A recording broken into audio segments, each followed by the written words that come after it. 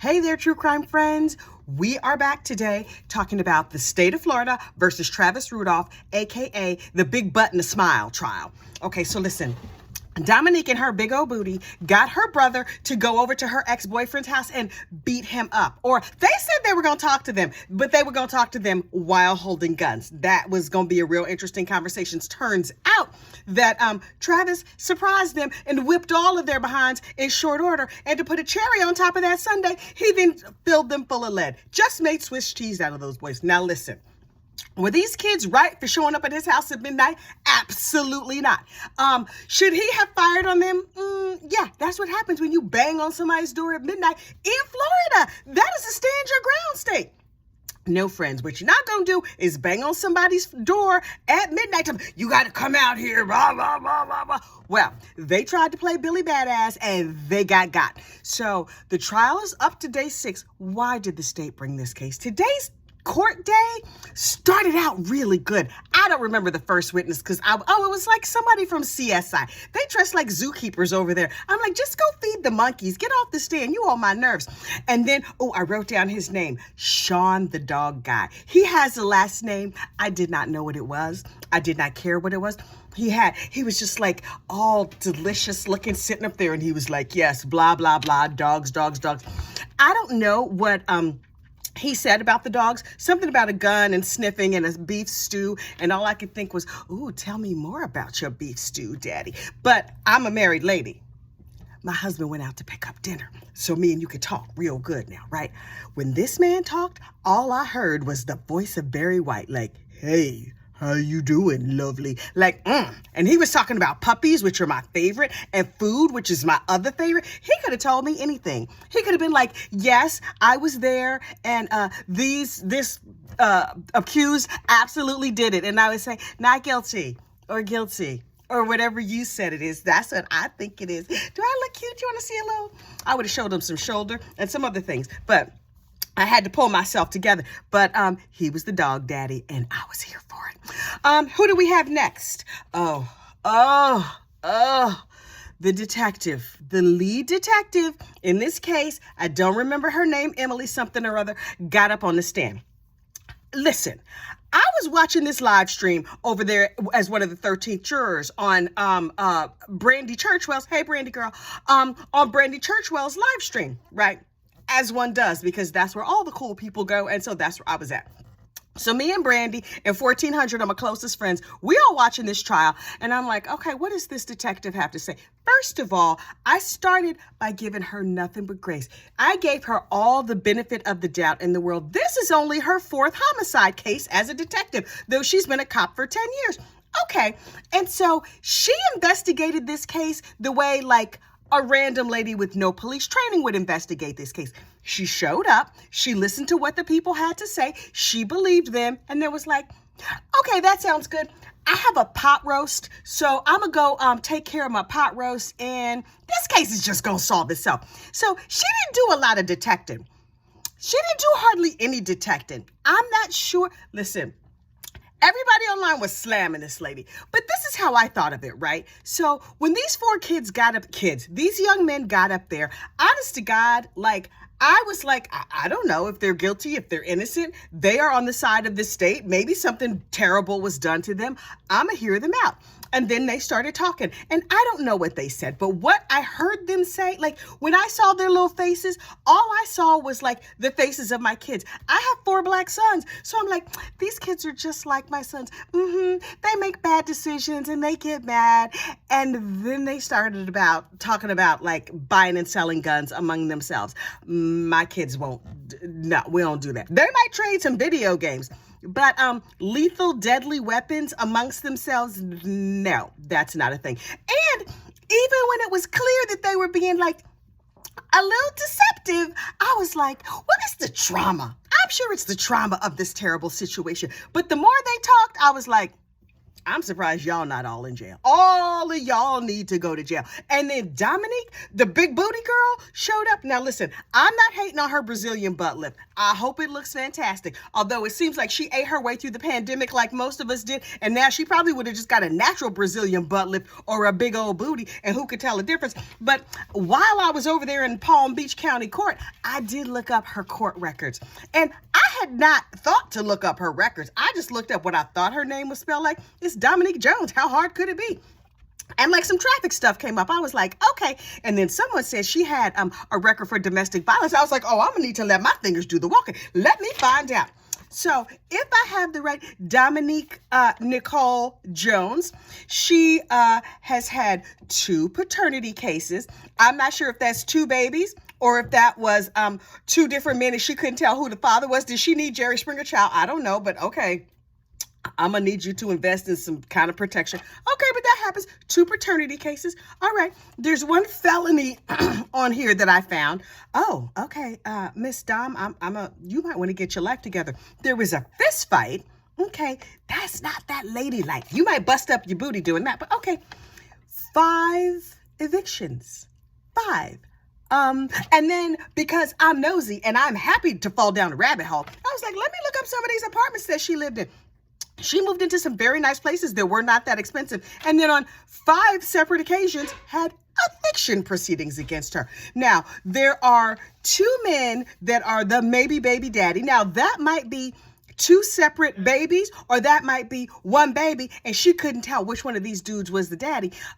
But they're suspected 2 children. I'm not going to name these names, but you know I got first, last, and the last order social, but we're not going to even go there.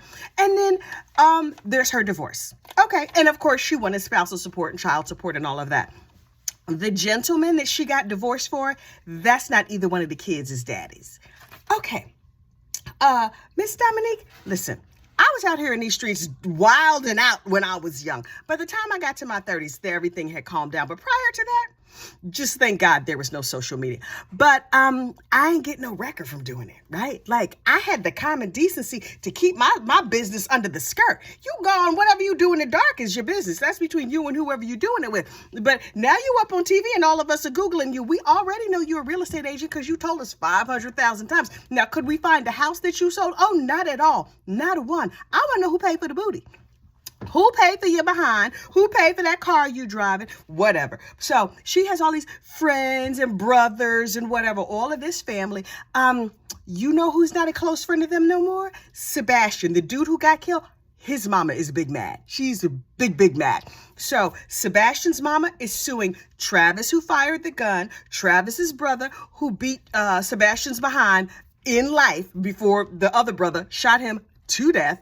The mama of Travis Rudolph, whatever. Travis's mama is getting sued. She was at Bible study when all of this started happening. She was over there reading a good book, trying to get her life together, being a nice, decent Christian woman. And even when these thugs came to her house at midnight, she was like, let me just show you on the ring cam. No.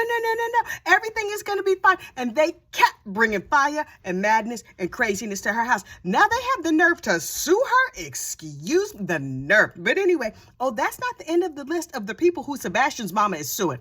Sebastian's mama is also suing Keyshawn, his brother, and Keyshawn's mom. Keyshawn, who was Billy Badass, who was selling guns and being an honor student and whatever, was driving his mama's car, living at his mama's house, while his mama was off in the Dominican Republic or wherever, getting her groove back. She came back to a shot-up car, a son who's all upset and traumatized, a lawsuit, and a jacked-up car. That's not how I want to come back from vacation. Me and my husband are going on vacation later in the year. Listen, if I come back from vacation and there's dishes in the sink, everybody gonna have to move out. Everybody, because I don't play like that. That mama, she didn't have control over her situation. I hope I have control over my situation, but all these son of a suckers can get their stuff and get right on out of here. You 15, you about to be 15 and homeless, pull some mess up in here. I am not the one. I am not that mother. Now listen. I am a delicate flower. I am a delight as a parent. I'm a delight as a coworker and a sister and a child. Oh, I am delightful. You not gonna make me mad though. That's not gonna go good for you. Not even a little bit.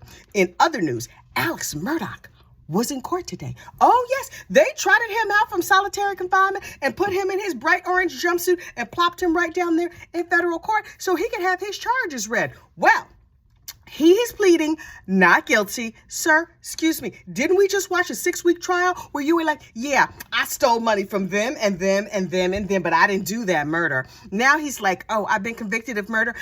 Please, I would like to strike all of those confessions from the record. Thank you. But his lawyer, Jim Griffin is like, Your Honor, we are pleading not guilty, but that plea is subject to change. That tells me that they're wheeling and dealing and trying to make something happen so those charges can go away or so that he could go do some federal time. I found out that if you're doing a life sentence or whatever, not all of those federal prisons have pickleball courts. Not all of them have like Pilates and massage and salt baths or whatever else they have at prison. Child, I don't know. I've never been to prison. Don't plan on going. Won't even visit. But anyway, some of the federal prisons are as bad or worse than state prisons.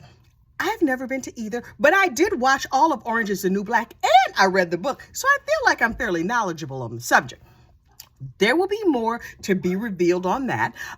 Russell, remember Russell Laffitte? Long timers on this channel. Remember back on Thanksgiving when we were talking about Russell Laffitte 6 months ago? That was a long time ago we did old Russ.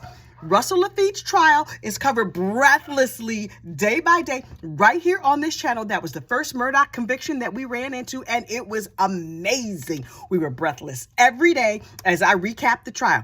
Well, he still has not been sentenced. He's still sitting over there in the double wide with his wife who was sick of him and his kids who were like, can't he just get out of here so we can get on with our lives? Well, he's going to do some serious prison time, federal time, probably not in one of the good prisons. But Corey Fleming, who was part of the Bad News Bears gang they got going over there, Corey Fleming took a plea. Corey Fleming flipped on everybody. That would have been me. Russell, remember what I said? Russell, if you recall, I kept saying, Russell need a plea. Russell need a plea worse than anybody I ever seen in my life. Russell needs a plea. Did Russell take a plea? No, Russell was an idiot. Russell was like, it wasn't me. It wasn't me. Yes, I stole money from poor and indigent people, but let me explain. Sir, there was no explaining. Not in the formerly segregated South when you have all those still underserved people and you using the money of sick and homeless and injured people to add a new pool to your house. Oh, no, sir. They gonna put you under the jail. But he's still in denial. He can go on and stay in denial. What he gonna be is in denial in prison. And Alex might be sitting next to him. And Corey Fleming, he gonna be swimming in your old pool. Remember that pool you used to have? Oh, Corey gonna have to surrender his law license. Oh, but he's gonna write a book. He gonna go to Speaking Sacred. He's gonna do something. He probably got a new hustle right now. We just don't know about it. He's gonna have like Fleming's dental floss or something. He will have something worked up. And those other good old boys down there, they'll be like, oh, Russ, yeah, he's a felon, but he's still a good old guy. Come on, buddy. We gonna go fishing or whatever they do down there. I do not know what they do in the South. We up here in the North, we just commit white collar crimes, go to a little prison, and then come on back. That's like, see also The Real Housewives of New Jersey, all of them. Even the ones who haven't gone to prison yet. We just gonna put a yet on that. Melissa, Joe, Gorga, all y'all kids and pets, y'all likely to end up in prison too, but you ain't heard that from me. Okay. I have court in the morning, and by court, I mean, I'm gonna be a 13th juror again. But defense, if you are watching this, I'm certain that you are not. But if you happen to just put one little eyeball on this channel, this is what I need you to know. Yes, you dog walked that lead detective. Oh, you dog walked her all day, all over the courtroom. But you know what? You made your point. You made your point.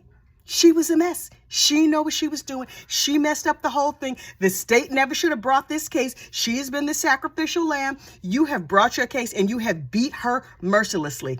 What you don't want to do is overkill, because it's clear that the state was wildly incompetent in this case. But sit down. Land the plane, my dude. Know when enough is enough. Because at a certain point, you just publicly beating a woman. And don't nobody need that.